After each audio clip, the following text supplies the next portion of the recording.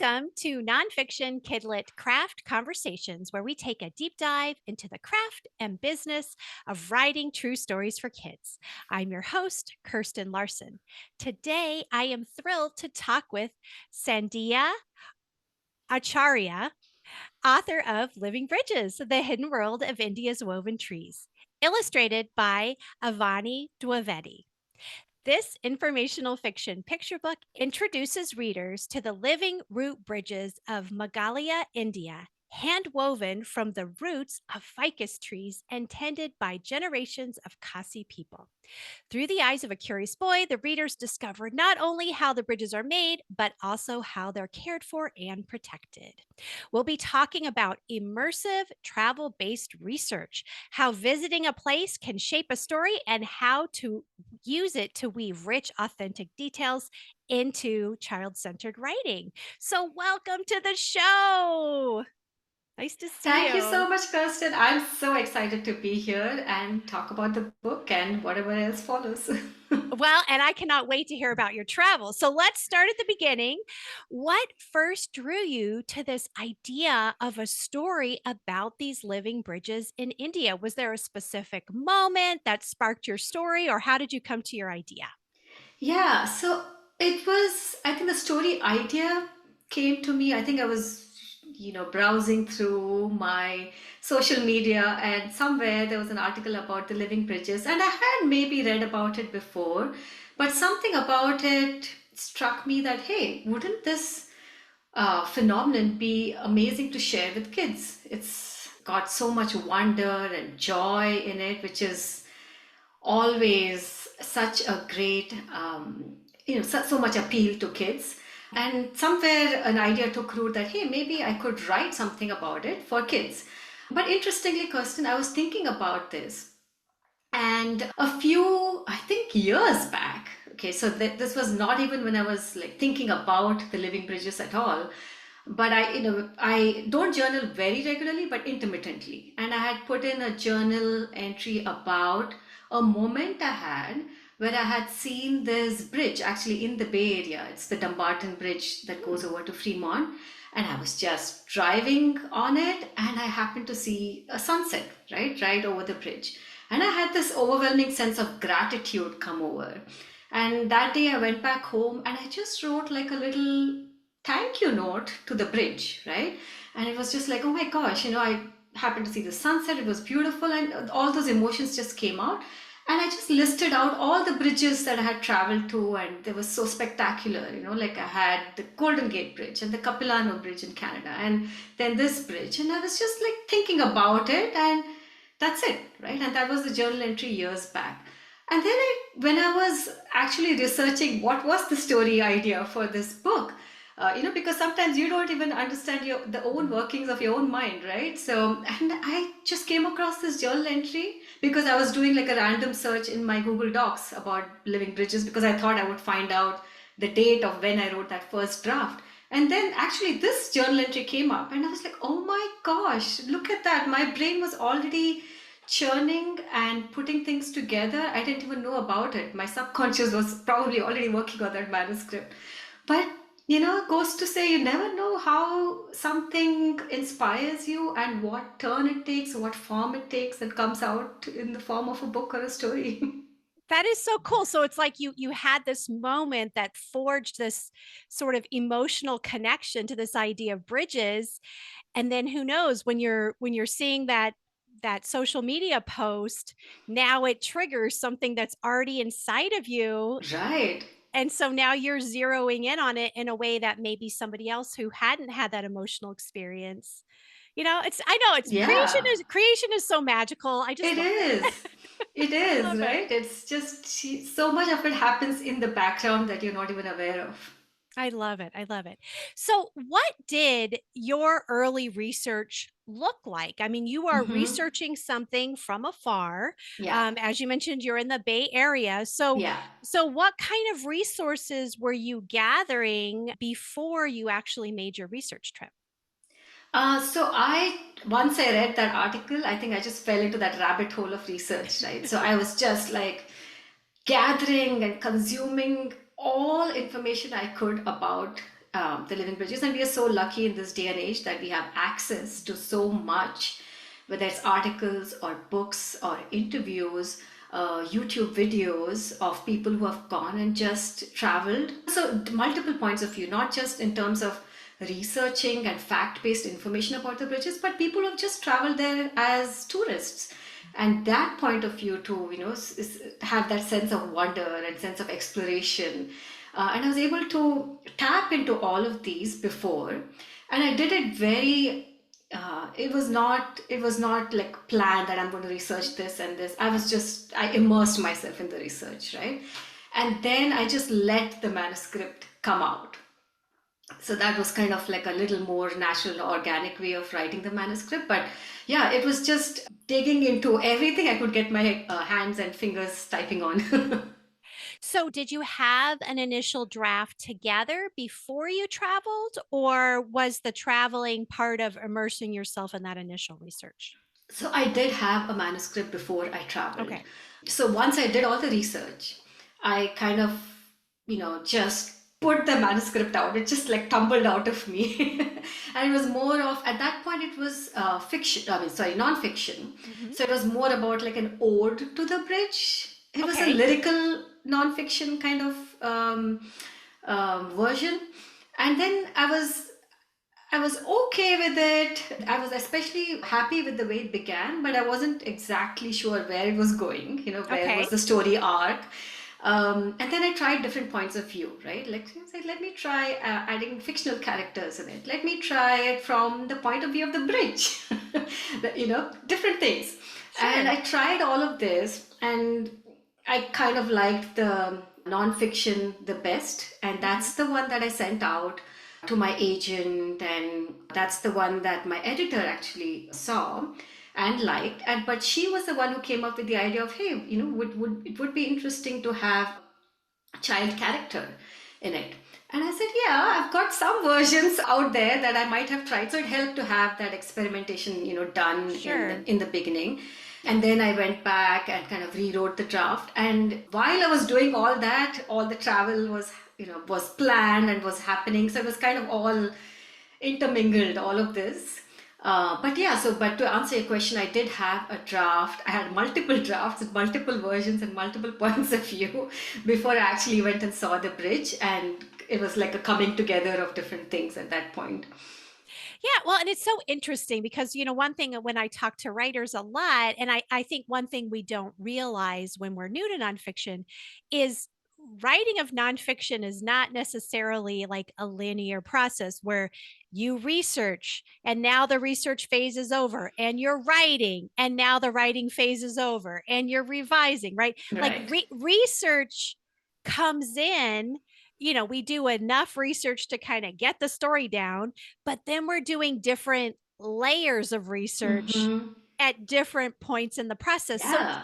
going and seeing these bridges that you've watched all these videos, right? And you've written this story, that must have been really unforgettable. So tell me a little bit about that trip and how Yeah. seeing these things in person helped shape your story. Yeah, absolutely. It was so exciting. So, while I was doing the research, part of my research was also reaching out to experts on the Mhm. ground, right? So, even though I hadn't gone there, I wanted to hear from people who are local there.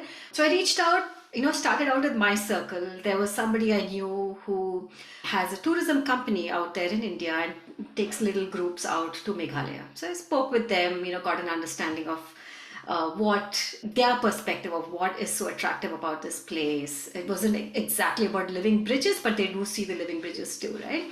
Then I reached out, I talked to my neighbors. Do you know anyone from Meghalaya? And then I got connected with just people locals from Meghalaya.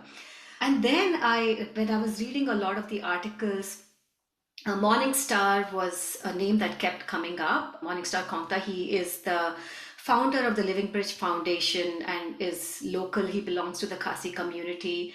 So I reached out to him and he was very gracious and he was willing to talk to me. So I had already established that rapport, already, kind of spoken to him about, hey, I'm working on this. These are the drafts I'm thinking about. And then I did the travel, right? So I already had it in place. I was excited to meet him.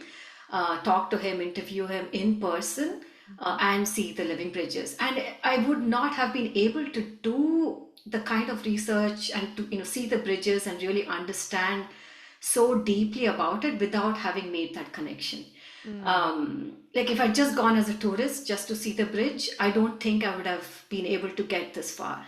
So I think it really helped to have reached out to the people who are on the ground doing the work, and then interview them. That's great. So, Yeah, yeah, so I mean that's great. I mean, having done all of that work up front yeah, really allowed you, maybe instead of asking surface questions, which somebody who hadn't done that level of research, you were able to really dig deeper and kind of get down to these really yeah, important yeah, issues. yeah. And it was about also, just getting a feel of the place too, right? Initially, it was, I did write, YouTube just give you a lot of information, you can see a lot, but you can't feel, right? And that's the missing part, I think, that I was able to fill when I actually went there, especially when I think at that point I already knew I was trying to write this from the viewpoint of it, have a child character in it or some inkling of it, right? Like I Right. knew that I needed to bring out that emotion. So a lot of the things, like for example, there is a spread in the book that's about what I see, what I hear, what I feel while the child character is walking from his house to the bridges. And his uncle is taking him there, and he is actually he's seeing the blue earthworms come, he's seeing the spiders, and he's seeing walking through the mist. And all of that just came from me having been there and seeing it, right? Like I was, if I had written it without being there, I might have just superficially written about it, but I was able to feel it. And it's a few words, right? And picture books is just economy of words. It's just a few words, but to make that authentic and to make that hit the nail, like that's Right. exactly what you feel. I think just going there, and I wouldn't have known that when I made the trip. I didn't know that I would write these little few words, but I was able to do that in a more authentic way, having gone there and felt it, having that emotional connection. Well, and it's those few specific details that really give kids this sense of place. That Yeah, is the joy, I think, of these types of picture books. I mean, we're able to be transported to a place and a culture that we may not be familiar with, or for kids who it is their culture, you're representing it in a yeah, really authentic way. So it's so cool to see all of that come on the page. So you have in the back matter a lot of mm-hmm. photographs from this trip, which are really, really cool.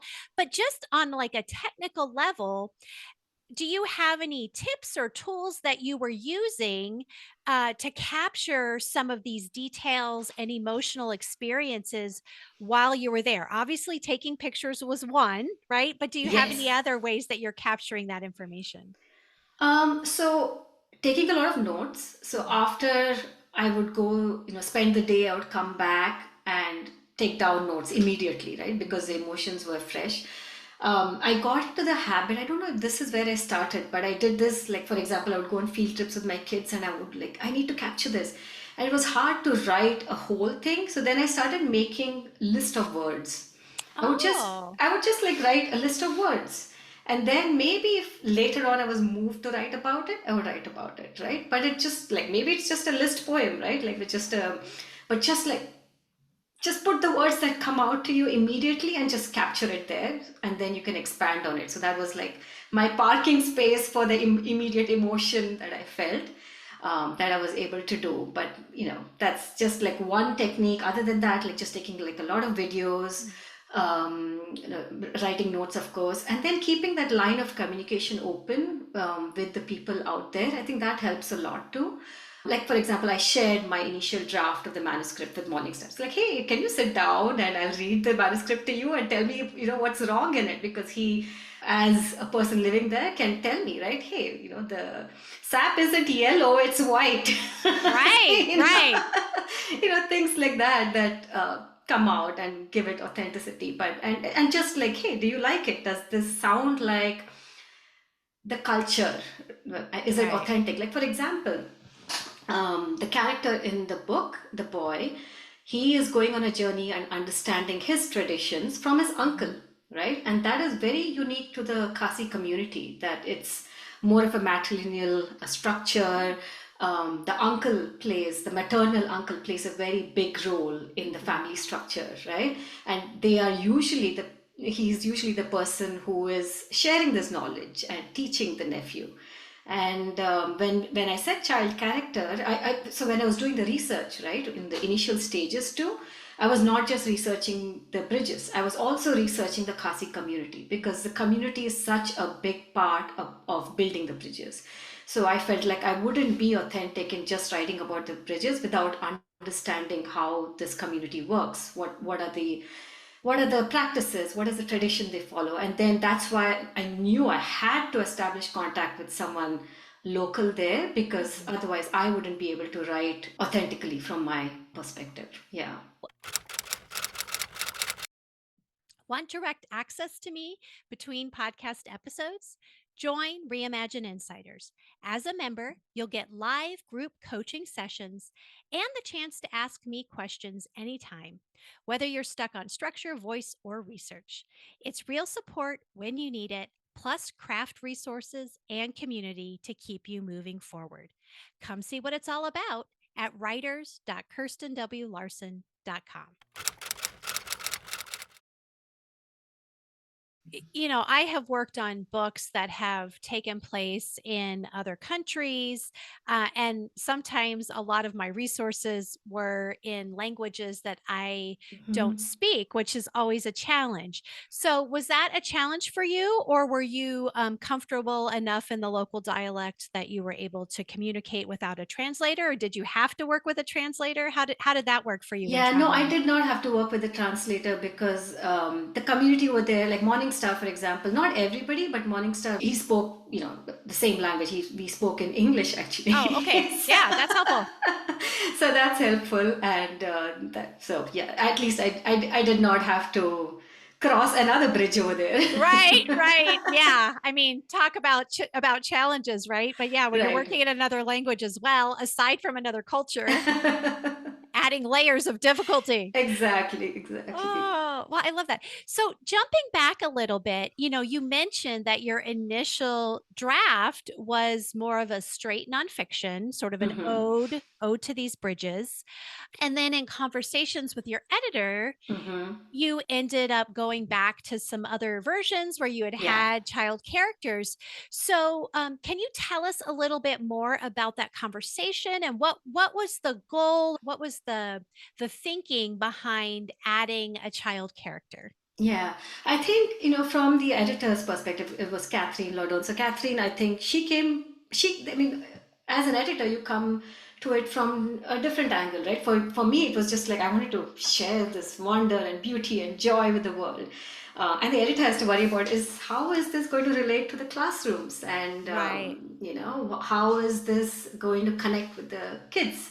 And once she said that, I don't react immediately when I get feedback, because initially it's like, how am I going to do this? I don't know. This was the version I settled on, right? But then I said, okay, let me give it some thought, and that's what I would like to recommend everyone to do, is give it some thought, Mhm. and then try something, right? Like even before you decide, like try it and see what happens. Like maybe it's just a line or a paragraph that you want to write with this new perspective, and maybe whatever you write, I ended up liking it better, right? Because it's like, yeah, I can actually bring out that childlike innocence, that childlike wonder much better when I approach it this way. And I don't have to be worried about, oh my God, is this non-fiction? Is it informational fiction? Is it fiction? And where am I going to place it? And at that point, I was just like, this is not my worry. My concern is just making a good book, or writing the story and letting the story be what it wants to be, and that's it. But that's kind of my approach that I Yeah. took. Yeah. Well, yeah, and I mean, there's obviously this book is filled with facts, right? Yeah. Authentic cultural details and a lot of emotional truth, right? So Yes. even if you have put in a fictional character, that sort of added to the emotional truth and illustrating the cultural importance of these bridges, Yeah. right? For different Yeah. communities, Mm-hmm. right? So in some ways, you've almost made it more true by adding a fictional perspective. I don't know if that makes any Yeah, sense. no, I think that's absolutely right, because I was able to bring out like initially I said it was not just about the bridges, it's also about the community and that people aspect, which is so important in the story, because this is actually a story that emphasizes how we can live in harmony with nature, right? It's not just about this extraordinary phenomenon. The people are the ones who are building these bridges using the natural resources around them, being so ingenious in that, using these ficus elastica trees and the aerial roots, the aerial prop roots, to build something that they need, that is so hard to achieve otherwise, like, because it's in the interiors, in the hilly areas, monsoon ridden. It's actually hard to build cement and steel bridges, right? So this is so much easier. Easier, not, I wouldn't say easy, but this is just ingenious to. It's practical. It's Yeah, the yeah, yeah, very yeah. practical. So yeah, Well, and stewardship, right? You're not yeah, just yes, building, but it's also about maintaining and yes, respecting the natural world. So you were really able to introduce a lot of ideas again in a very short book. yeah, yeah. Oh, and that reminds me of another aspect. So in the story, the child character, he notices things that are not going right in terms of people littering around the bridge, people stealing the sap, and he is able to take small steps of his own to stop that, but also to inspire and empower people around him to take positive steps, right? So that kind of message, I think, is came out very well once I introduced this child character, right? So that was easier to. Otherwise, it just becomes very like, hey, take care of Yeah, I mean nature it around you, right? Yeah, yeah, I mean it can become preachy, but yeah, when yeah, it's a child who's kind of internalizing it yeah, and coming to this understanding, yeah, definitely does not come across as like preachy. yeah, Yeah, yeah. that's really awesome. Mm-hmm. I would say a common thing that I hear from writers is that they're often very intimidated to reach out to experts. Mm-hmm. You obviously have reached out to a lot of people and traveled Yeah. to for this story. So can you talk to me a little bit about kind of the mental self-talk? Like how do you psych yourself up? Or is it not an issue for you? But how do you kind of get into that mindset of I'm gonna ask for what I need for the story. I'm gonna make the connections that I need to make. Yeah.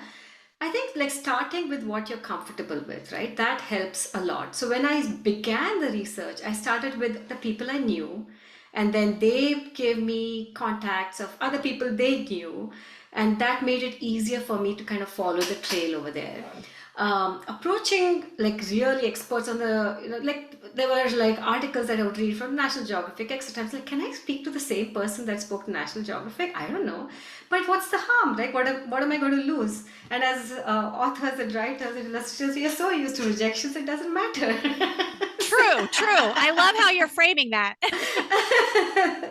So I just went for it, and I do enjoy connecting with people, learning new things. I enjoy traveling alone, so all that kind of fit in after that. I love that. I love that idea of starting with your connections and letting Yeah, personal connections lead you to other connections right, right. and then just framing it as part of the business of being a writer, which is Yeah. fraught with potential rejection. So I love that. Yeah, I love yeah. that. And usually people are actually very open to speaking with you, right? Right. And I've never come across a situation where somebody did not want to talk to you. Maybe they're busy, or, maybe it's not the right person. But usually people are very welcoming and ready to share, as long as you are able to approach it respectfully and, Right. coming from a genuine place. I think, Yeah. yeah, people are willing to share. That's great. Hmm. So, in terms of like uses of your research, obviously that helped frame your understanding, your writing of the story. Hmm. We see some of those resources showing up in your back matter. Did you also provide any of this to your illustrator or Oh, yeah. how did that work? Yeah, I provided everything. I just shared all my Google photos and videos with Avani, who's done such an amazing job with the illustrations. I don't think I had a lot of art notes, but I had a few art notes here and there. Um, but the rest of it, it was her magic. I mean, she just took it to a whole different level. There's a spread, for example, in the book that talks about this boy weaving the bridge and him realizing how generations before him have woven the bridge and generations after him are going to do the same, right? And the importance of all those hands coming together through time. I could not have imagined how she could have brought that to life, but she did, and Yeah, show us for it the is YouTube just audience. it is just Oh, extraordinary. Look at all, I mean, the roots and the hands are weaving the roots, and everything is all interwoven together. It's just, I mean, I yeah. don't know how the illustrators, in my opinion, are so talented to be able to capture that magic, right? And get that sense of emotion from the words and then just put in their magic and make it a whole different thing. Yeah. Yeah, it's spectacular. What an amazing source for, technical detail and accuracy to have all those videos and Yeah. photos. And I mean, that's a gold mine. Yeah. I mean, I just went crazy with all the pictures, and I had like so many pictures and photos that I shared. And Avani did her own research too, right? And she went in and she added aspects that she researched into, because as an illustrator, obviously, there are things that she would want to know about. What does it look like? And, Hmm. yeah, so it's a joint effort for sure, but I shared everything I could, and again, technology has made it easy to share, so Sure. that was helpful. Well, you've talked about this a little bit, but a lot of us dream of doing this level of immersive research where we can Mm-hmm. travel to wherever our story lies. But if authors don't have means Mm-hmm. to travel, you've mentioned some of the places that we can look for this level Yeah. of detail. So, do you have any other tips for writers who are maybe trying to get authentic detail, but we can't travel? Yeah, obviously, all the obvious sources that are readily available, but I would stress on reaching out to people who are on the ground close to the topic that you're writing about, and making that connection, right? So that is extremely important, and that gives you that extra layer of authenticity. Yeah. Well, and do you have any tips for the types of questions or how to conduct an interview in a way that kind of elicits those kind of details? Is there a certain way that you shape your interviews so you're more likely to capture some of that information? I don't know. I don't know if I'm an expert on that, but I was just open about where I'm coming from and just told him this is what I'm writing, and I also shared drafts of my manuscript with him, with the experts, with multiple experts, and then with Morningstar as well, to say, hey, this is what I'm thinking about it, about, and not like, sometimes not the whole draft, right? Like, it was more Right. about, this is what I'm thinking of, does this make sense, that the character's going out with, like, which member of the family, right? Like, I had Hmm. to kind of think about that a little bit, and said, when I came to that conclusion, I would like sound it off and say, does this sound right? Does this authentic? Does it make sense? When you're walking, is this through the place and approaching the bridge, does this make sense? The people crossing the bridge, are these the kind of people who would cross the bridge? Does that make sense? All of these little details that are, you don't think about once you read the final manuscript, but as you're writing it, everything is a question. Is this right? Oh, Is this right? well, so it Yeah. almost sounds like because you're going straight to the source, right, to Yeah. people who are from this community, it's also almost like a level of authenticity check, right? You're making sure that you're being accurate as you go because you're Yeah. able Yeah. to be in touch with people from the community and these experts. Absolutely. Yeah. Yeah. So I mean, that's the best advice I can give, is if you're not able to go there in person, then having access to the people, Mhm. or a person there, is the best thing that you can do. Oh, that's awesome. Well, what is next for you? Are there other stories that have grown out of your research, or are you doing something completely different? What's next on the agenda for you? Oh my goodness. Of course there is. Right. So I have another book coming out. It's actually a lyrical fiction book. and it's called Everywhere I Call Home. That one actually, so as an immigrant, I travel a lot to India, right? So especially this was around the pandemic, and I was visiting my parents a lot, like lots of ups and downs over there, and I was visiting a lot. And every like I think one of these trips I would had all my suitcases packed, and I was just had this sense of confusion, or the sense of like I'm torn between these places. Mhm. And is home, am I going home? Am I coming back home? Is home here? Is home there? And it was that sense of like, what is it? And then the manuscript was like therapy for me Yeah. to kind of walk through those emotions and come, find that sense of peace, or that sense of congruence, or sense of like, okay, this is where I belong. Finally, it's not, home wasn't defined by any boundaries or geography. Maybe it's defined by the people I love, right? Mm. And that's the crux, or that's the heart of that story. But yeah, it did come out, I guess, during one of my many travels back and forth. And a Yeah. lot of the details in the manuscript are very specific to the places that I frequent, right? So the Oh. details are in there, and that's what hopefully makes it Mm. relatable to people.